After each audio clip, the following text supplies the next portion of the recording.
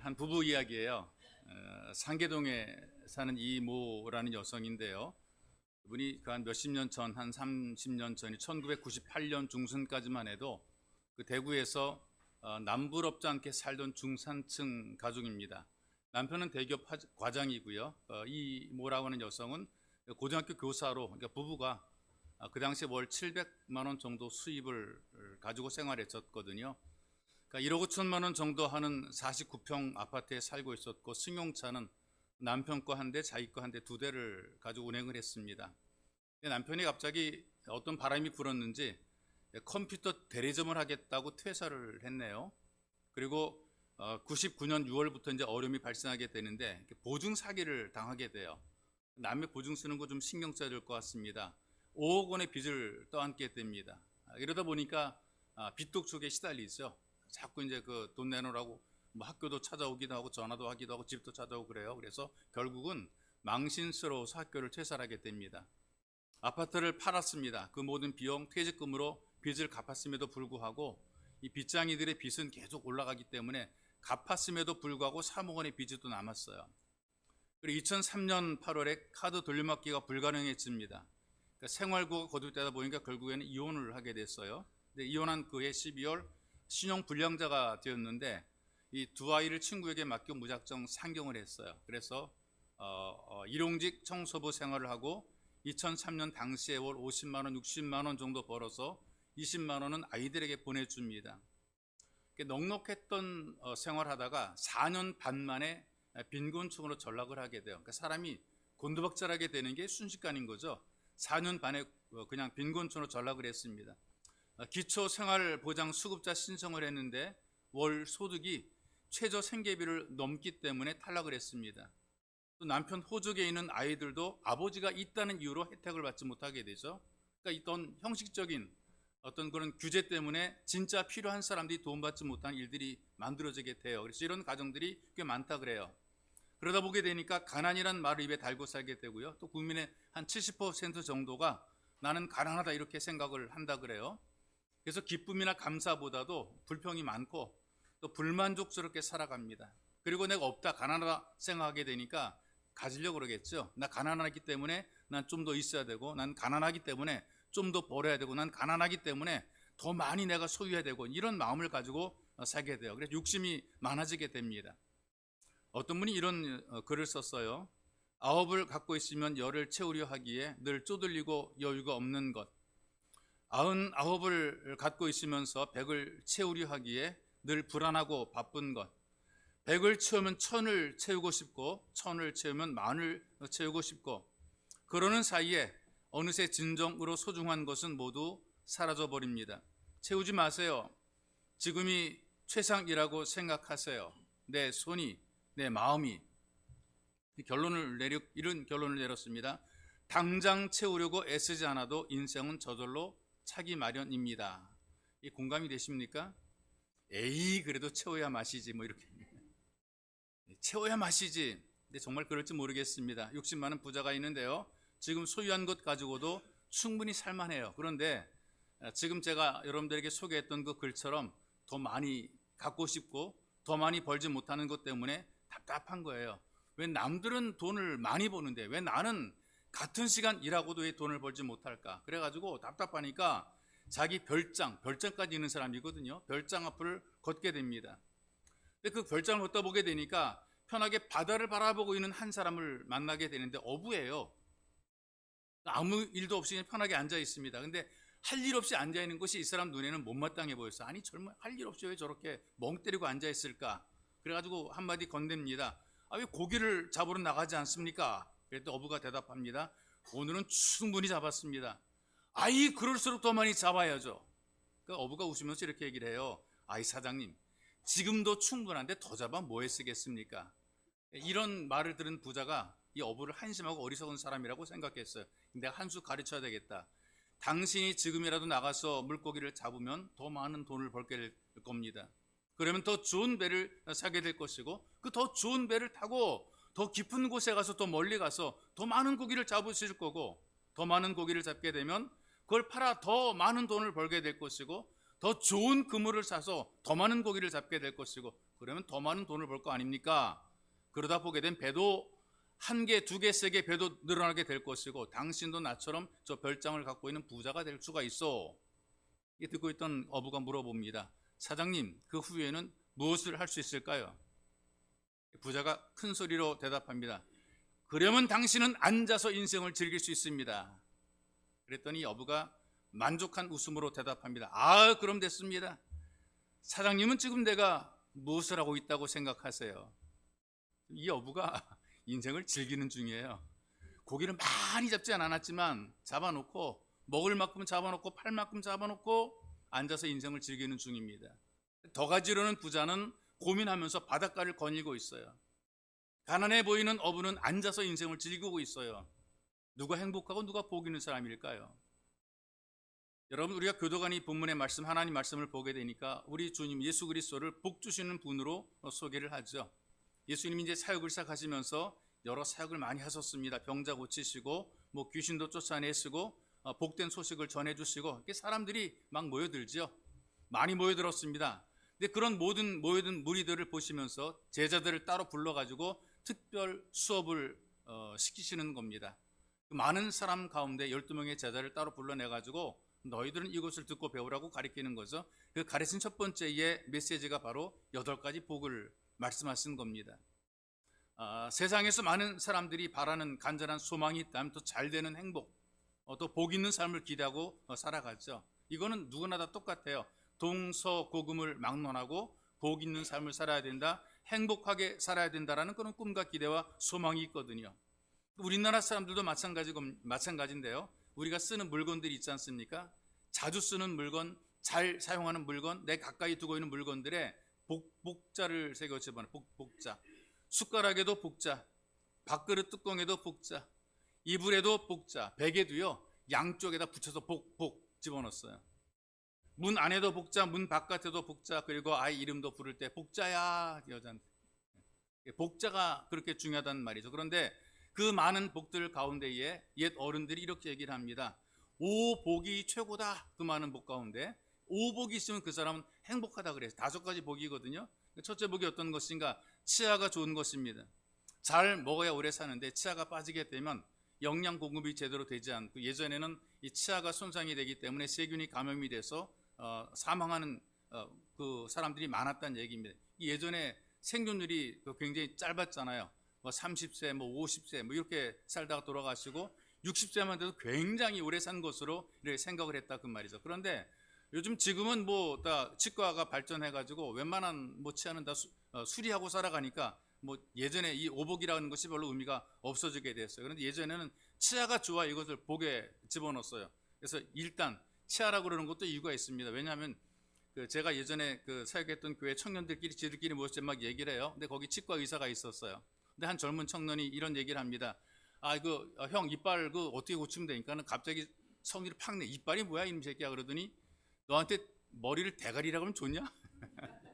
치아야 임마 이렇게 얘기하더라고요. 이빨이란 말이 되게 듣기 싫었던 것 같아요. 치아가 좋아야 건강하게 산다 이렇게 얘기를 하더라고요. 두 번째로 자손이 많은 것입니다. 요즘에는 자녀 양육에 경제적인 뒷받침이 되어야지만 되기 때문에 굉장히 부담이 돼요. 그래서 안 낳으려고 그러죠. 애들 하나 기르는데 돈이 많이 들어가니까 가능하면 안 낳으려고 그래요. 예전에 어른들 어떻게 생각했는 줄 아세요? 애들이 태어날 때 자기 먹을 복은 자기가 가지고 태어난다 그랬어요. 그래서 많이 낳은 복입니다. 지 복은 지가 가지고 태어나기 때문에 다 알아 살아간다는 것이죠. 근데 실제로 그렇더라고요. 자기 복은 자기가 가지고 태어나서 다 살게 되는 것을 봅니다. 그래서 자식이 많은 것이 복이고, 세 번째는 부부가 오래도록 해로하는 것, 가정이 평안한 것, 이걸 복이라고 봤고요. 네 번째는 손 대접할 것이 있는 것이 복이라 그랬어요.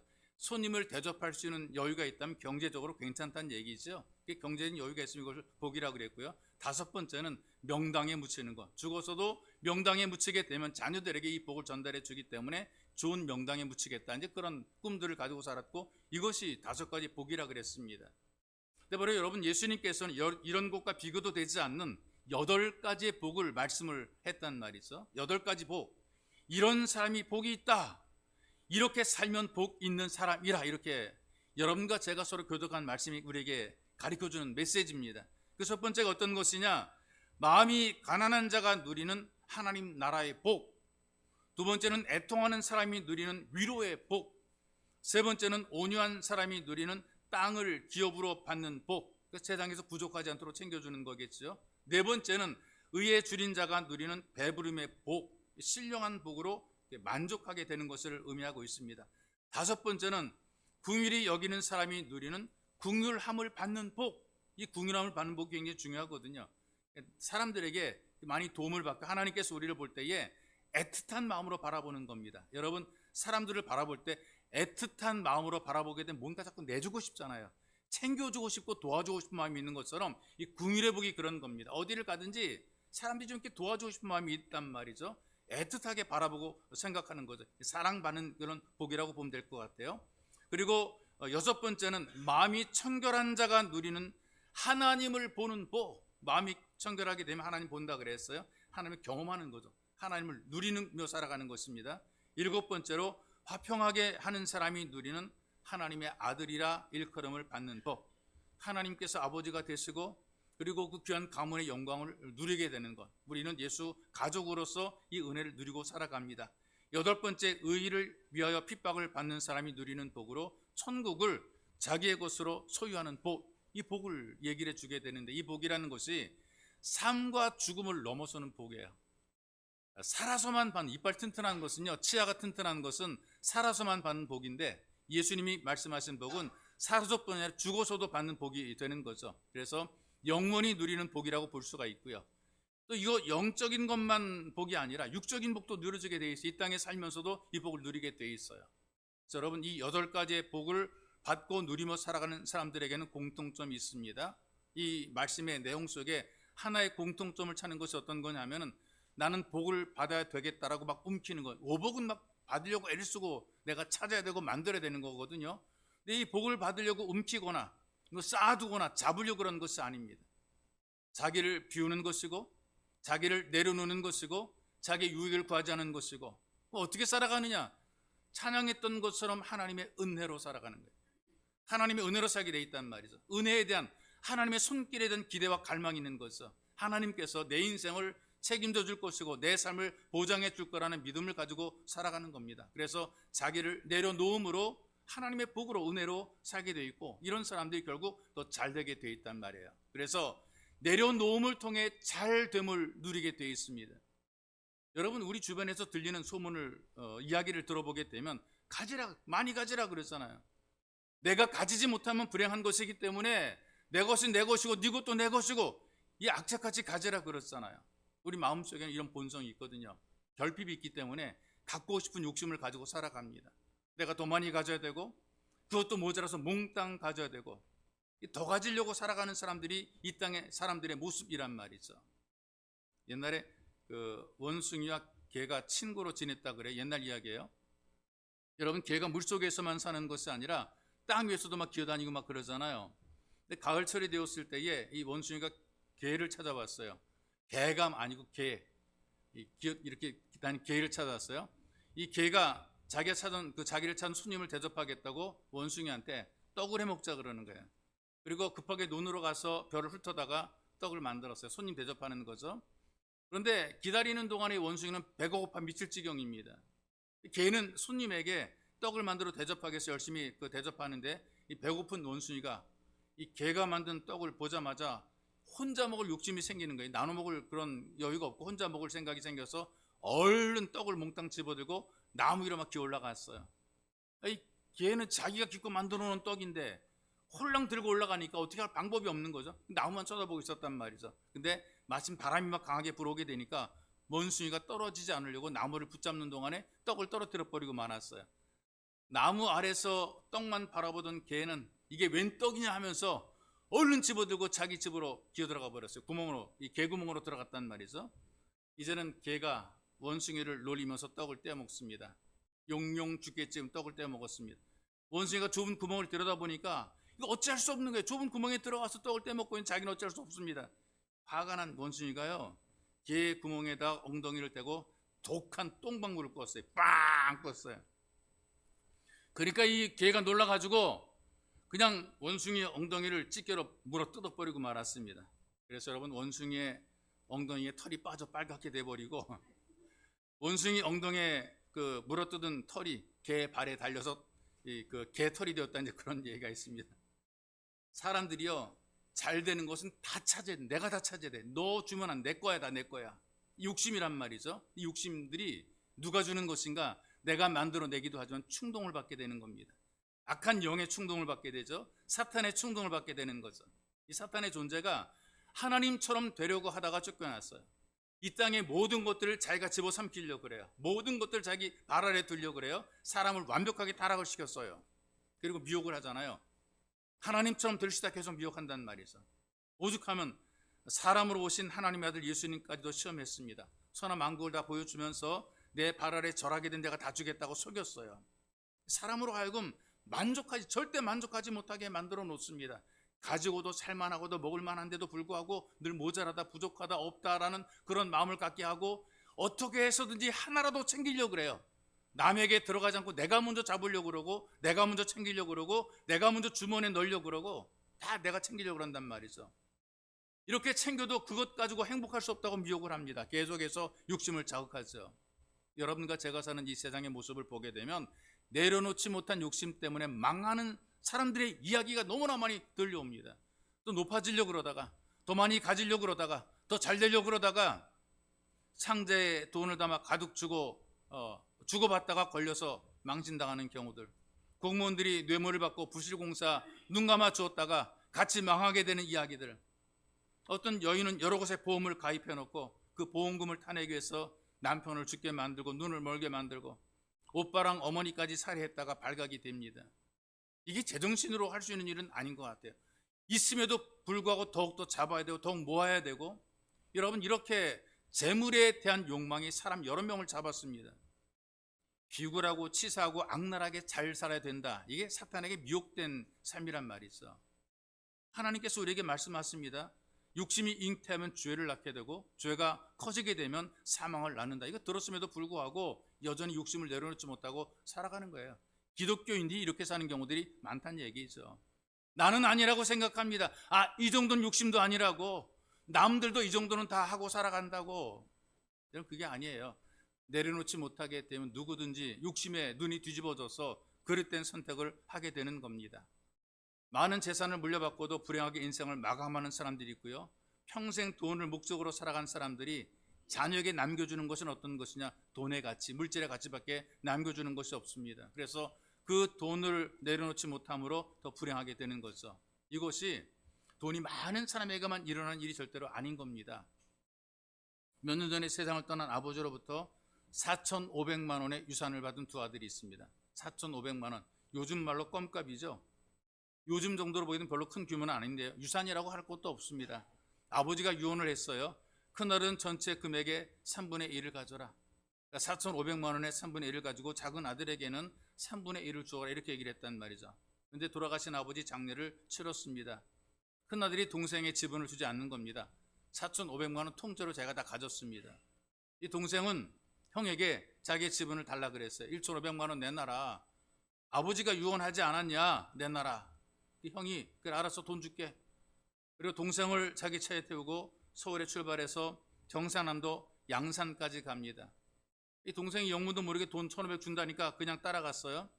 그리고 동생을 산 쪽에서 살해를 합니다. 얼마나 잔인하게 살인했냐면요, 시체를 훼손해가지고요, 손가락 10손가락을 전부 다 잘라버렸어요. 신원을 알지 못하게 손가락을 잘라버렸어요.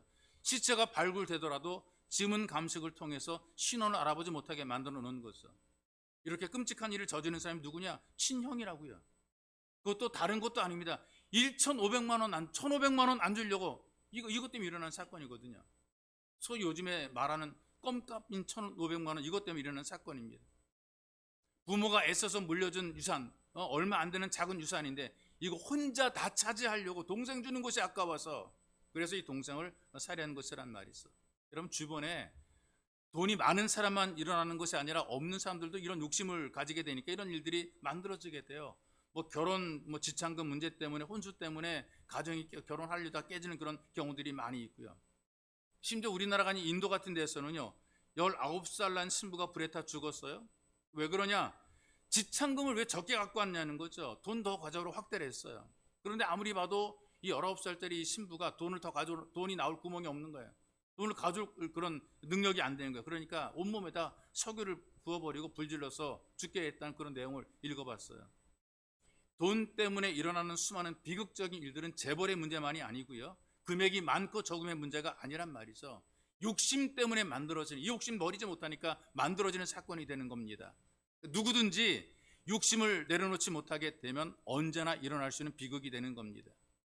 가난한 자가 복이 있다고 말하는 것은요, 뭐 돈이 없기 때문에 복이 있다 그런 말이 아니고요, 물질의 노예가 되지 않기 때문에 복이 있는 거란 말이죠.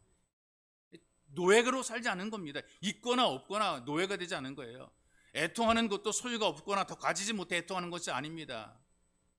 더 내려놓지 못하는 욕심 때문에 애통을 하는 거죠. 내가 이걸 왜 욕심을 부리고 내려놓지 못할까 이겁니다. 온유하거나 의의 주림이나 궁일이 여김 받는 것도 남보다 더 가지지 못하고 약하고 병들고 초라하기 때문에 이런 것이 아니고요, 어떤 삶의 자리에 있든지 내 삶을 하나님께 내려놓고 살았기 때문에 내가 누리는 복이 되는 겁니다. 그리고 이거는 내려놓은 사람만이 알 수 있는 복이고 내려놓아 봐야만 맛보는 복이 되는 겁니다. 왜냐? 내려놓는다는 그런 의미가 어떤 것이냐면 다른 것 아무것도 필요 없고 난 하나님밖에 없습니다 이거예요. 하나님 향한 무한한 신뢰란 말이죠. 내 인생의 모든 가치는 하나님밖에 없다예요. 그러니까 하나님에게 내 인생을 전부 다 드리는 거죠. 내 가장 귀한 가치를 하나님에게 드리는 거란 말이죠. 이게 바로 예배자의 삶이 되는 것입니다. 나는 죽은 것이고 나는 오직 주님의 은혜로 살아간다, 이 고백을 하며 살아가는 것, 바로 이것이 예배의 자리가 되는 겁니다. 여러분, 내가 죽은 자와 같다는 것을 알게 될 때에 비로소 내려놓는 예배자로 살게 되더라고요. 내가 죽었다라는 것을 깨닫게 될 때에 진짜 예배자가 되는 거예요. 창세기 4장 26절에 이렇게 얘기를 합니다. 말씀을 제가 읽어드릴게요. 셋도 아들을 낳고, 아담의 아들입니다. 셋도 아들을 낳고 그 이름을 에노스라 하였으며 그때의 사람들이 비로소 여호와의 이름을 불렀더라. 창조 후에 타락한 사람들이 하나님의 이름을 부르고 예배를 드리기 시작한 때가 어느 때인가? 에노스 때라 이렇게 얘기를 하고 있단 말이죠. 에노스라는 그 이름이 어떤 뜻인가? 죽을 수밖에 없는 존재, 그런 의미를 갖고 있단 말이죠. 하나님께서 죄를 지은 사람은 죽을 수밖에 없다고 사망을 예고를 했단 말이에요. 그런데 사람들은 안 죽을 줄 알았거든요. 1000년 동안 살았기 때문에 안 죽을 줄 알았어요. 100년, 200년, 300년 계속 살아왔기 때문에 안 죽을 줄 알고 악자까지 살았단 말이죠. 그런데 보니까 죽어요. 죽는 것을 보게 되는 거예요. 아, 인생이라는 것은 죽는구나. 죽을 수밖에 없는 것을 딱 실감하고 난 이후에 비로소 하나님 앞에 예배자가 되더라, 그 말입니다. 내려놓게 되는 겁니다. 아, 내가 죽는구나. 이렇게 계속 살 줄 알았는데 이렇게 사는 것이 아니구나. 저는 여러분들이 예배를 드리면서 여러분의 상태가 좀 진단이 되었으면 좋겠습니다. 왜냐하면 아무리 중환자라 할지라도요, 호흡이 있는 동안에는 사람 취급을 받아요. 내가 숨쉬며 살아가니까. 병원에서도요, 내가 아주 중환자인데도 숨쉬고 살아있으면 예우를 해줘. 사람 대접해 예우를 해준다, 그 말이죠. 숨쉬고 있으면 챙겨주고 도와주고 치료해주고 그런단 말이죠. 살아있는 동안에는 사람 취급을 받게 돼요. 뭐 가족과 함께 더불어 사는 이런 대상이 되는 거죠. 그런데 호흡이 딱 끊어지게 되면, 숨이 멈추게 되면 그때부터는 사람이 아닌 거예요. 사람에게서 분리가 됩니다. 내가 아무리 사랑하는 사람이라도 시체랑 동거하는 사람은 없습니다. 사람이 죽게 되면 수의를 입히거든요. 그 수의에는 뭔가 집어넣을 수 있는 주머니가 전혀 없습니다. 아무리 많은 것을 가졌던 사람도 죽는 순간에 아무것도 가지지 못하는 존재가 되는 거죠. 사람이 하나님 앞에서 죽은 자처럼 모든 것을 내려놓고 살아갈 때에 이게 진짜 잘 되는 삶이 되는 것입니다. 나는 아무것도 아닙니다. 내가 하나님의 은혜로 지금 살고 있지, 하나님께서 내 호흡을 끊으시면 나는 언제도 죽을 수 있는 사람입니다. 그러니 나는 하나님밖에 없습니다라는 이런 고백이 필요한 거란 말이에요. 하나님 여러분들에게 능력을 요구하십니까? 뭐 거룩하게 살라고 막 그냥 엄청나게 여러분들에게 압박을 하십니까? 화려하고 멋진 말로 기도하기를 원하십니까? 아닙니다. 마음을 내려놓으라고 요구를 하는 거란 말이죠. 내가 더 가져야 되고 더 있어야 되고 뭐 더 얻어야 되고 뭐 더 쌓아야 되고 이거 내려놓기 원하시는 것입니다. 지금 내가 사는 삶의 자리에서 오늘을 살게 하신 하나님께 감사하고 하나님만 의지하도록, 하나님의 은혜를 구하도록 주께서 말씀하시는 거란 말이에요. 근데 여러분 이렇게 생각하죠. 난 내려놓을 게 없는데, 뭐 난 가난한데, 난 약한데, 난 병드는데. 아닙니다. 이런 것을 내려놓으라 그 말이에요. 너무나 많은 내려놓을 것을 가지고 있음에도 불구하고 나는 내려놓을 게 없다고 생각하는 그 태도를 내려놓으라는 것입니다. 이걸 내려놓게 될 때 비로소 참으로 진짜로 하나님을 경외하는 예배자가 되는 거예요. 여러분들이 여러분을 진단하시면서 진짜 참된 예배자가 되시기를 주님의 이름으로 축복합니다. 또 우리가 내려놓음을 통해서 예수를 닮아가는 거예요. 자꾸 내려놓음을 통해서 우리가 예수를 닮아가요. 여러분, 예수님께서 다 내려놓고 하나님의 뜻대로 움직였죠. 내가 내려놓지 못하게 된 내 뜻대로 살려고 그러죠. 내 생각대로 살려고 그러고 내 계획대로 살려고 하지 하나님의 뜻대로 살려고 안 하는 겁니다. 그런데 내려놓으면 내가 아무것도 가진 게 없으니까 하나님의 뜻대로 살려고 하는 거예요. 순종을 하게 되는 거란 말이죠. 베데스다 연못가에서 38년 된 병자를 고치실 때에 예수님께서 이런 고백을 하십니다. 아버지께서 이제까지 일하시니 나도 일한다 그랬어요. 나를 위해 일하는 것 아니, 예수님께서 자기를 일하는 것 아니거든요. 아버지께서 원하시는 대로 일하셨단 말이죠. 예수님 스스로 채우기 위해 살아갔던 삶을 살지 않았단 말이죠. 내려놓고 하나님의 영광을 위해서 자기의 모든 생애를 쏟아 부었어요. 하나님께서 원하시는 인류의 구원을 위해서 자기의 생애를 우리에게 다 쏟아 부은 거란 말이죠. 이런 것을 배웠던 사람들이 바로 예수님의 제자들이고 사도들 아니겠어요? 바울도 이렇게 고백합니다. 내 인생의 마지막까지 모든 것이 부어지는 것이 하나님 앞에 부어지는 재물이 될 때까지 나는 내려놓았다. 하나님 앞에 내가 다 부어지는 그런 재물이 될 때까지 나 내려놓았다. 내려놓았더니 하나님께서 그를 채우셔서 일하게 하시고 역사를 일으키는 것을 보게 돼요. 이 내려놓는 게 너무나 안 되는 거예요. 이런 훈련이 안 되고 습관이 안 되는 거란 말이죠. 6살과 5살 된 조카를 돌보게 된 이모가 있어요. 애들이 아직까지 어린단 말이죠. 근데 애들에게 이제 샌드위치를 만들어 간식으로 주는데 이 두 녀석이 서로 싸웁니다. 먼저 굽는 것을 가지고 누가 먼저 먹는 것인가 가지고 내가 먼저 먹는다는 거죠. 이 조카를 위해서 간식을 준비했는데 오히려 먹을 것을 앞에 두고 이 조카 둘이 서로 싸우는 그런 싸움판이 벌어지게 됐어요. 이모가 아이들에게 이렇게 얘기를 합니다. 야, 만약에 예수님께서 여기 와 계신다면 어떻게 말씀하실까? 예수님이 뭐라고 말씀하실까 생각해봐. 분명히 이렇게 하셨을 거야. 너 먼저 먹어. 내가 양보할게. 이렇게 말씀했을 거야. 너 먼저 먹어. 그렇다면 너희 둘 중에 누가 먼저 양보할래? 그랬더니 6살짜리가 5살 된 동생에게 간절하게 말해요. 내가 먼저 양보할게. 내가 먼저 양보할게. 네가 먼저 예수님 해라. 네가 예수님 해라. 내가 먼저 먹겠다는 것이거든요. 이 어린 아이들도 내 거를 챙기겠다는 욕심이 굉장히 강합니다. 그러니 여러분, 내려놓음이라는 것이 쉬운 결단이 아닌 거란 말이죠.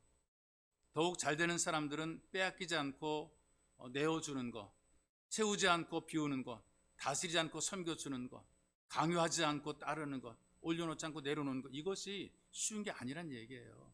힘들기 때문에 훈련해야 되고 반복해야 되고 자꾸 따라가야 되고 이렇게 하게 될 때 우리가 예수를 닮아가게 되고 이게 진짜 영혼이 잘 되는 것이란 말이죠. 이 내려놓음을 통해서 우리는 조금씩 예수님을 닮게 돼 있고 예수를 따라가게 돼 있고 하루 이틀 1년 2년 우리는 예수님을 닮아가는 모습을 가지고 살게 돼 있어요. 그 아들 내외와 사시는 목사님이 계시는데 6살 된 손자가 물어보더래요. 할아버지, 이 집이 누구 집이에요? 목사님께서 대수롭지 않게 대답했답니다. 이거 할아버지 집이지. 그랬더니 손자가 당돌하게 질문하더래요. 할아버지 언제 죽어요? 그 기분이 언짢더래요. 이는 별말 다 한다. 왜? 그랬더니 할아버지가 죽어야 이 집이 우리 집 되잖아요. 이게 실제 있는 이야기거든요. 놀라기도 했고 좀 섭섭하기도 했다 이렇게 얘기를 합니다. 왜? 어린 아이들임에도 불구하고 욕심이 있더라는 거죠. 마음속에 내 거를 챙기겠다는 욕심이 있다는 거죠. 여러분, 이게 누구에게나 다 있는 거예요. 나는 아니라고 생각하면 안 돼요. 나에게도 있거든요. 이걸 내려놓지 못하게 되니까 평생 모자랍니다. 평생 부족합니다. 평생 불평하며 살아갑니다.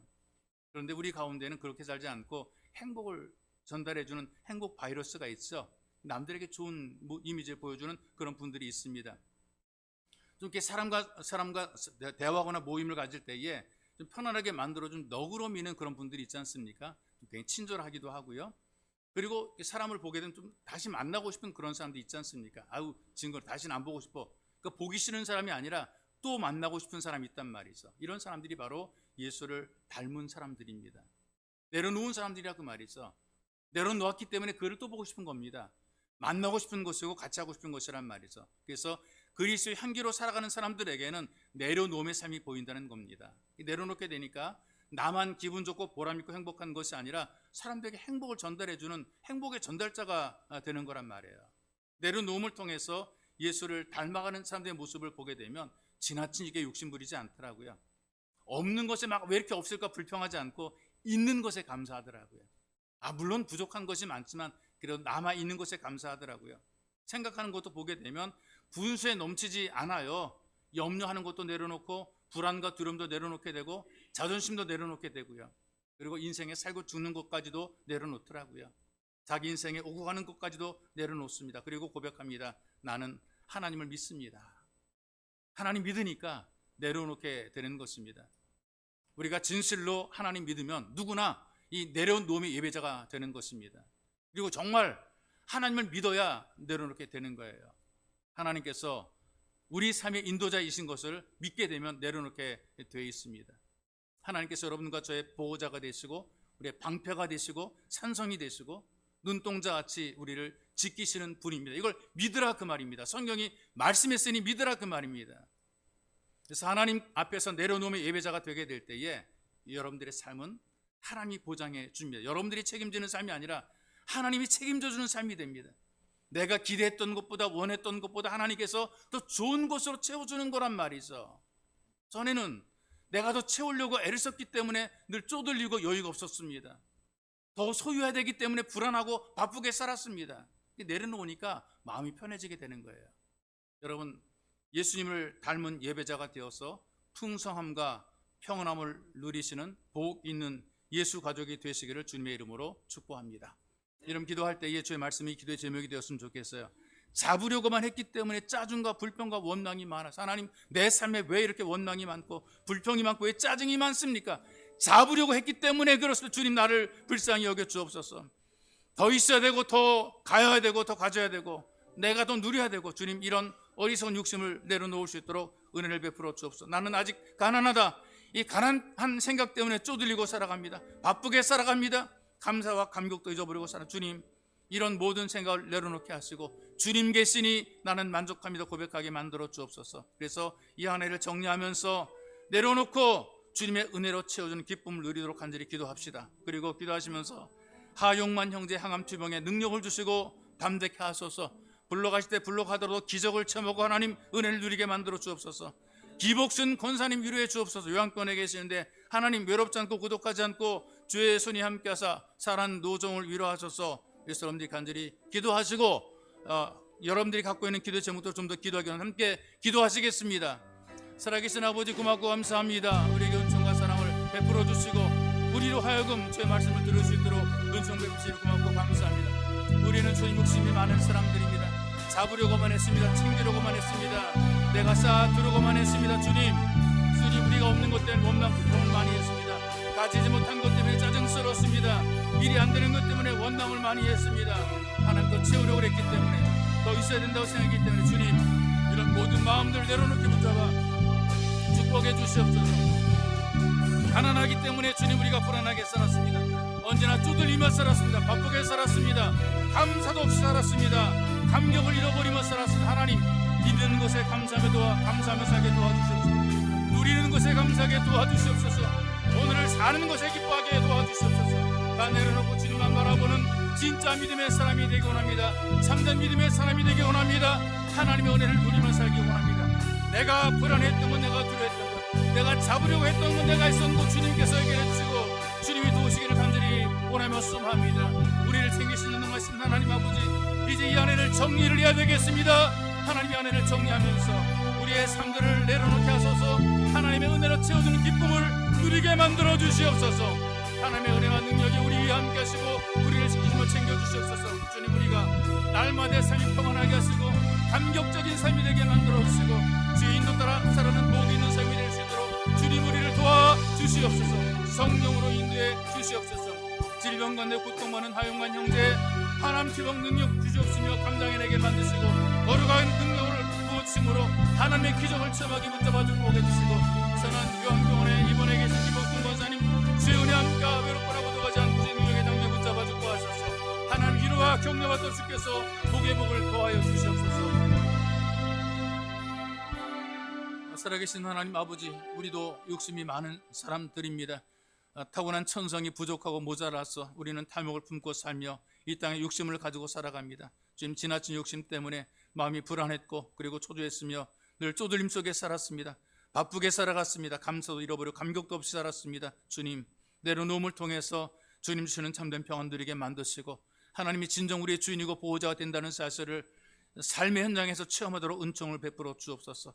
하나님이 우리를 책임져 준다는 사실을, 눈동자처럼 보호해 준다는 사실을, 우리의 갈 길을 인도해 간다는 사실을, 소망의 항구로 이끌어 간다는 사실을 믿게 도와주시고 하나님께서 함께 하시는 것을 믿기에 이 땅의 것을 놓을 수 있는 믿음을 주어서 좀 마음 편하게 기쁨 가운데 누리며 살아가는, 은혜를 누리며 살아가는 복 있는 예배자가 되게 은혜를 베풀어 주옵소서. 그래서 내가 내려놓음으로 하나님의 것으로 채워지는, 놀랍게 채워지는 기적을 누리게 만들어 주옵소서.